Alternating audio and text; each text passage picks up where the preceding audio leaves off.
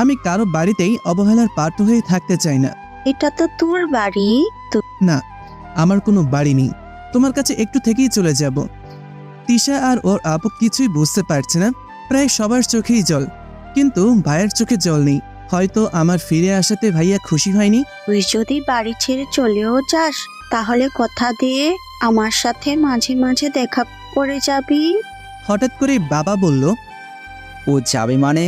ও কোথাও যাবে না, এটা ওর বাড়ি আর ও এখানেই থাকবে। আগেই বলেছি আমার কোনো বাড়ি নেই। আমি একাই এখন ভালো আছি। আবার নতুন করে পরিবারের মায়ায় জড়িয়ে আবার নতুন করে অবহেলা পেতে চাই না আমি। মায়া সে আমাকে জড়িয়ে ধরল। দেখ বাবা, আমরা ভুল করে ফেলেছি। তুই চলে যাওয়ার পর আমরা সেই ভুলটা বুঝতে পেরেছি। তোর বাবা আর আমি সব জায়গায় তোকে খুঁজেছি, কিন্তু তোকে পাইনি। দেখ দাদু, সবাই যেহেতু এত করে বলছে, থেকে যা। আচ্ছা, আমি এখানে থাকবো, তবে আমার কাছে শর্ত আছে। আমি তোর সব শর্ত মেনে নিব। আমি আমার মতন থাকবো একটা রুমে। কেউ আমার রুমে আসবে না, রুম গোছাতেও আসবে না। তাহলে ঘর গোছাবে কে? আমারটা আমি নিজেই পারি। এতদিন তো আমারটা আমিই করেছি।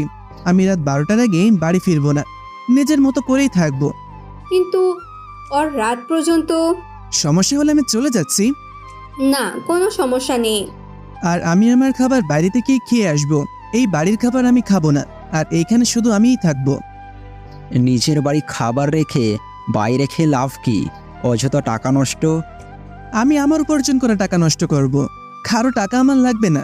ছোটবেলার কথা আমার মনে আছে, টাকা না নিয়েও আমাকে মার খেতে হয়েছে। এই সময়ের কথা বাদ দে। আমি চাইলে ওই কথা ভুলতে পারবো না।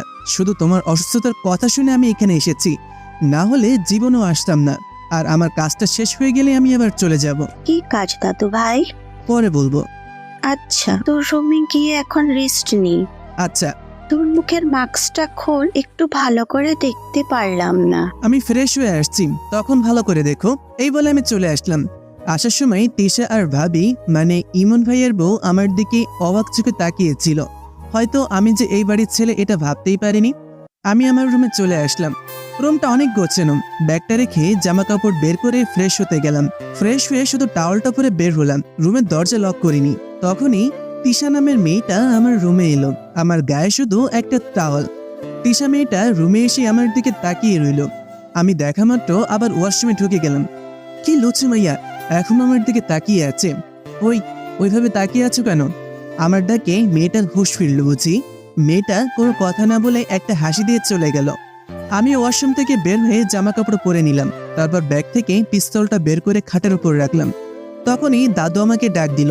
আমি পিস্তলটা ওইখানে রেখেই দাদুর রুমে চলে গেলাম। দাদি আমাকে জিজ্ঞাসা করলো আমার রুম ঠিক আছে কিনা, আর রুমে কোনো সমস্যা আছে কিনা। এত বছর তো আর ওই রুমে কেউ থাকতো না, তাই জিজ্ঞাসা করলো আর কি। না দাদু, সব ঠিক আছে।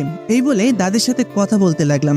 হঠাৎ আমার রুম থেকে একটা চিৎকারের আওয়াজ এলো। আমি তাড়াতাড়ি রুমে গিয়ে দেখি ওই মেয়েটা আমার রুমে, আর আমার পিস্তলটা মাটিতে পড়ে আছে। নিশ্চিত এই মেয়েটা আমার পিস্তলটা দেখে ভয় পাইছে। আমি তাড়াতাড়ি পিস্তলটা উঠিয়ে কোমরে গুজে নিলাম। হেই, আমার রুমে আসার সাহস তোমার কি করে হয়? এর আগের বার আসলে, এখন আবার এসে আমার জিনিস ধরেছ। আপনার সাথে প্রথম খারাপ ব্যবহার করেছিলাম, তাই ওইবারও ক্ষমা চাইতে এসেছিলাম। কিন্তু কে জানতো আপনি তখন গোসল করছেন। আমি ভাবলাম আপনার গোসল করা শেষ, তাই এখন ক্ষমা চাইতে আসলাম। কিন্তু এসে আপনাকে রুমে দেখলাম না, তাই পিস্তলটা দেখে আচমকা ভয় পেয়ে গিয়েছিলাম। এইসব ফালতু কথা রাখো। আমি জোরে জোরে কথা বলছিলাম। মা বাবা ভাইয়া ভাবি সবাই আমার রুমে আসলো। কি হয়েছে? আমি আগেই বলেছিলাম আমার রুমে যেন কেউ না আসে। তারপরও এই মেয়েটা কেন আমার রুমে আসে? ওর কাজ কি এখানে? বাবা, একটু শান্ত হ। কিসে শান্ত হব? আমার রুমে কেউ আসতে পারবে না, আর আমি আমার মতন থাকবো। সেটা আমি আগেই বলেছিলাম। ও হয়তো ভুল করে এসে গেছে। আপনি আমার ভাইয়ের বউ, আমার না। আমার ব্যাপারে কোনো কথা বলতে আসবেন না। আমি আমার ব্যাপার আমি নিজেই সামলে নিতে পারবো। আর ভুলেও আমার রুমে যেন কেউ না আসে। ও তোর ভাবি রিমন, ভালোভাবে কথা বল। আমি ভালোভাবে কথা বলতে শিখিনি। আমি রাস্তায় বড় হয়েছি, তাই রাস্তার লোকেরা যেমন কথা বলে আমি তেমন করেই কথা বলবো। রিমন, আমি তোর ভাই, আমার সাথে এমন করে কথা বলতে পারিস না।